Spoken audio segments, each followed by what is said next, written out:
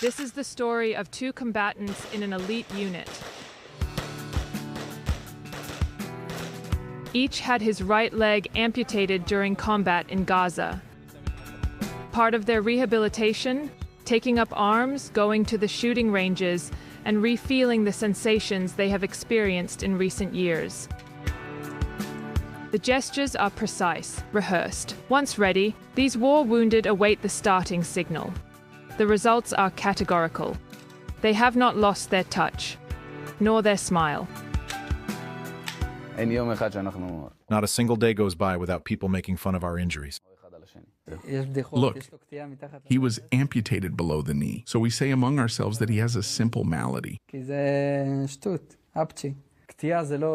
Being amputated is not the end of the story. You can still do anything. You can sprint, participate in the Olympic Games, you climb mountains. B was a soldier in the elite Duvdevan unit before joining the Shin Bet internal intelligence. In recent years, he was in an elite commando unit before being mobilized with the Reserve Commandos Brigade 551 in this war in Gaza. Wounded in the neck by a grenade on November 2nd, he would return to combat.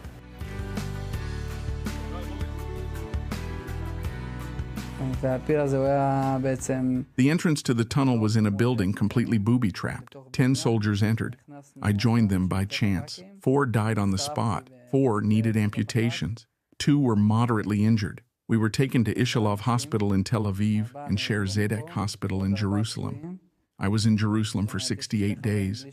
I was operated on 18 times. They managed to save my stump so I could wear a prosthesis. And I am here in front of you today, 10 months after the injury. We will soon celebrate 1 year.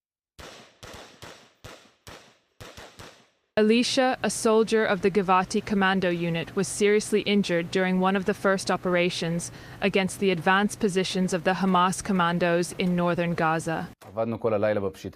We worked all night to carry out this operation. At the time when we were withdrawing, we were on the 3rd floor.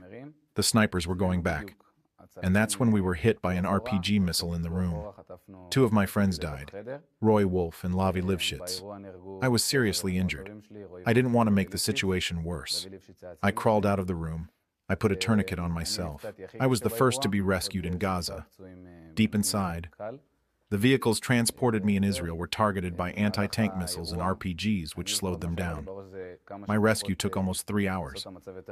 I was hospitalized for a month and a half, and since then, in rehabilitation.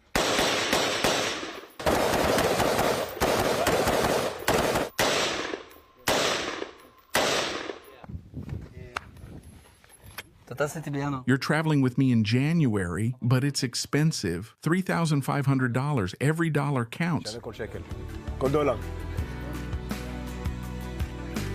Yes, you could say that. It's my occupational therapy. You come here to the shooting range, a kind of nostalgia. Memories come back to the surface, but my memory works well.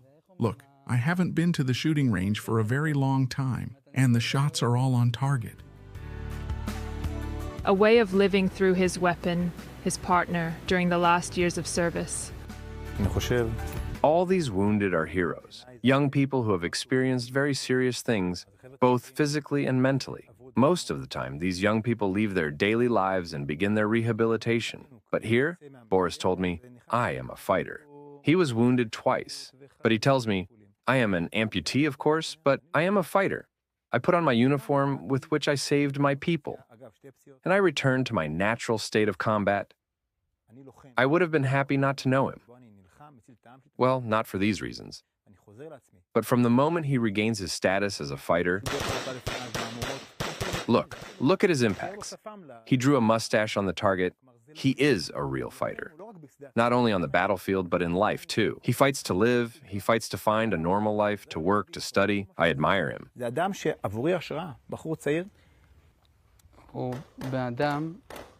Barak has a big heart. He visits so many wounded soldiers, and we will also climb Kilimanjaro together. He is a king. I love him.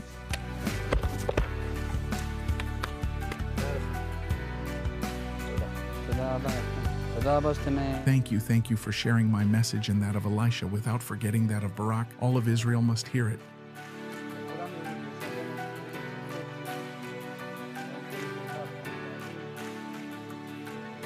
There are still many wounded. They must be rehabilitated. The injury is not the end of the world. We must forge a new path and move forwards.